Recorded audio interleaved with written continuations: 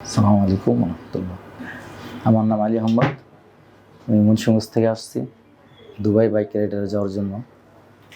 তো আমি জমা দিয়েছি সেপ্টেম্বরের 25 তারিখে।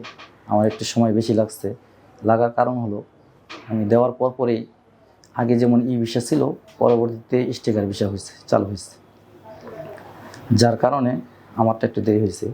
যাক আলহামদুলিল্লাহ, তাদেরকে টাকা দিছি, কিন্তু তাদের উপরে আমার আস্থা ছিল, তাদের ব্যবহার খুব ভালো, যার কারণে আমি ঘাবড়াইনি। যে বিশ্বাস ছিল যে না, দেরি হলেও আমারটা হবে, এই জন্য আমি নিশ্চিন্তে আসছিলাম। এখন ইনশাল্লাহ সব কিছু কমপ্লিট, কয়েকদিনের মধ্যে আমি ইনশাল্লাহ চলে যাব। আপনারা সকলে দোয়া করবেন। আর তাদের আচরণ আসলে খুব ভালো।